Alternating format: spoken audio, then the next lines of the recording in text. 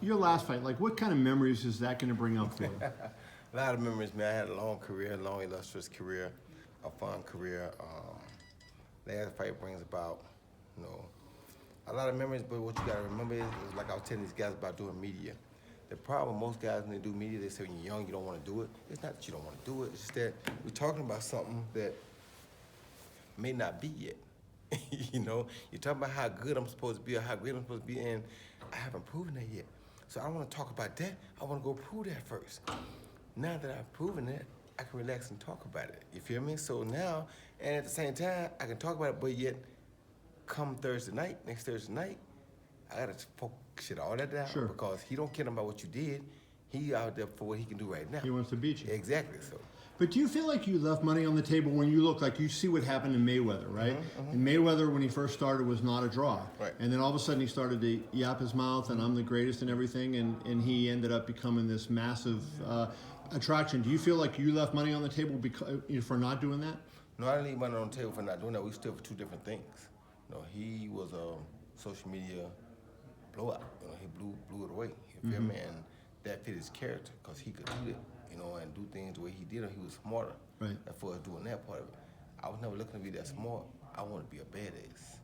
That means you bring me, I want to go stand on top of this hill, and you bring me whoever to the top of the hill you want, and that's who I'm going to whoop and get. I want to play king of the hill. He didn't care to play king of the hill. He wanted to play king of the field, which he did. And it did him serve him just what it was supposed to serve him because he played it smart and he did it to a beautiful way. So, and nothing against what he did, just we did two opposite things. He did his thing the way he did it because, like he said, he wanted to be Floyd Mayweather, and he did that. You feel me? I didn't want to be Money Roy. I want to be king of the hill. Right. Well, when I posted the video we did this morning, the interview I did with you already on YouTube, and one of the first comments that was made on there, somebody said, Roy must have paid you not to ask about why you didn't fight Mikhailovsky, right? Yeah. And you still face that criticism, for all the fighters that you fought a lot of great guys, you still have guys like that people follow. How do you respond to somebody who says that? Well, HBO offered Mikhailovsky $5 million to come to the United States to fight Roy Jones Jr. Roy had 7 titles, Mikhailovsky had 1. Why would Roy go to Germany to fight Mikhailovsky for 1 title when he knows if Mikhailovsky goes to distance, he might lose? When HBO offered Mikhailovsky $5 million to come to the United States to fight Roy, why wouldn't Mikhailovsky come fight Roy? Roy was the best pound for pound, not Mikhailovsky. So why did Roy have to go to Mikhailovsky when Mikhailovsky could have just as easy for $5 million guaranteed dollars come fought Roy? So how good was he? Was he good? He lost to Julio Gonzalez, who I beat pretty easily. I remember that fight. So I don't know how good he was. I'm not here to judge him. I wasn't judging him. I don't know how good he was, but Julio Gonzalez went over there and kicked his behind in his home country where he was fighting at really. Right. So I don't know how good he was, but I didn't care how good he was. It wasn't about how good he was.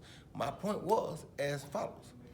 If I'm number 1 today and I got 7 titles, and you got 1, and they're not paying me an astronomical amount of money to guarantee to come over there, because I'm knowing if you go 12 rounds, I'm probably going to lose. If it's not a bunch of money on the table, why would I go do that? Well, I wanted to ask you that because that's one of the things in boxing. Chris Bird said, "Don't ever fight in Germany if your life depending on win."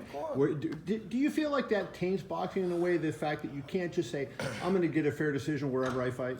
It ain't changed boxing, but here's the thing: you think about this, and it's nothing against nobody. I went to Australia and I loved it. Pacquiao went to Australia and fought. What's the kid named Horn?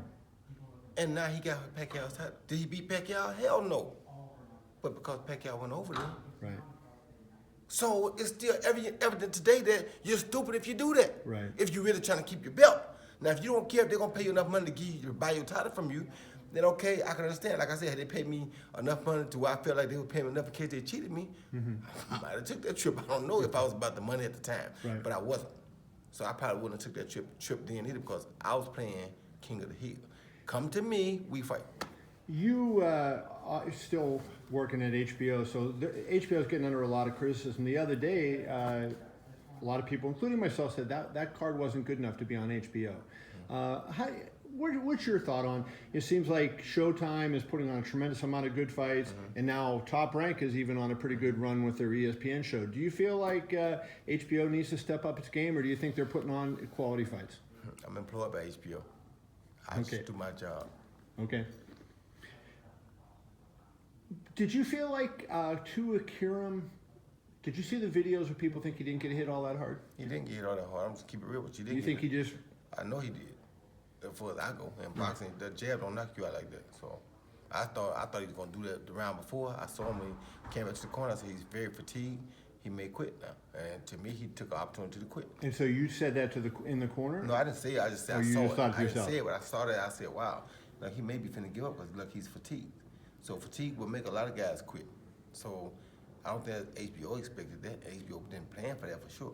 Right. So that he quit. I mean, Rigondeaux just quit on ESPN against Lomachenko. Right. So we can't tell who's gonna quit and who's not. I mean, so. What do you know?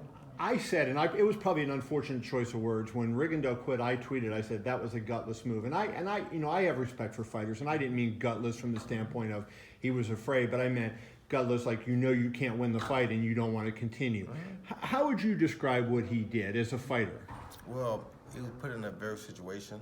He was a smaller guy coming up to fight, so for him, things weren't in his favor already. Mm-hmm. So if things are not in my favor, and I go ahead and it's not really going my way, he didn't want to be embarrassed. I'm not going to stay out here. I'm already up in a weight I probably shouldn't be in. And the dude is better than I probably thought he was. So I'm not going to continue on because I'm not willing to risk my life for that.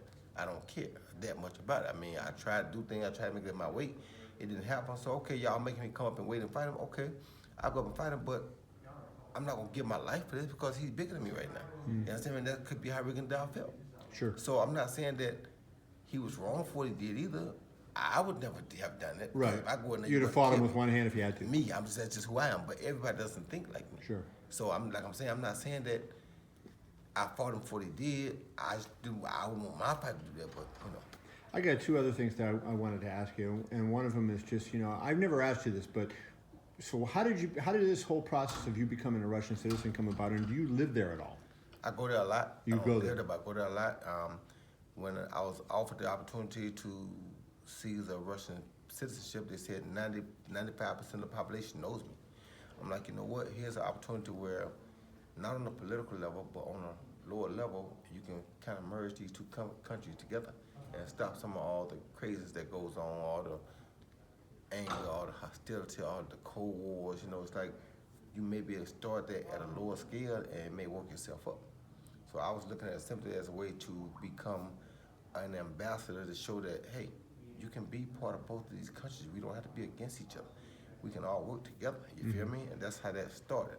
And with that being said, it's like people sit back and they talk about this and they talk about that, but it's like we get angry about people being cruel to animals.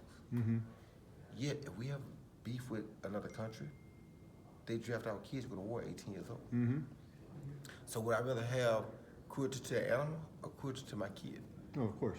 Of course. So with that being said, it would make sense for me to do all I can to make amends with these people so we get along than have us fighting against one another and my kids got to go to war. So I know you're not a sociologist or a politician, but let me just ask you this. Like we say, Russia hacked our election. Mm-hmm. Obviously, it wasn't the average citizen in Russia.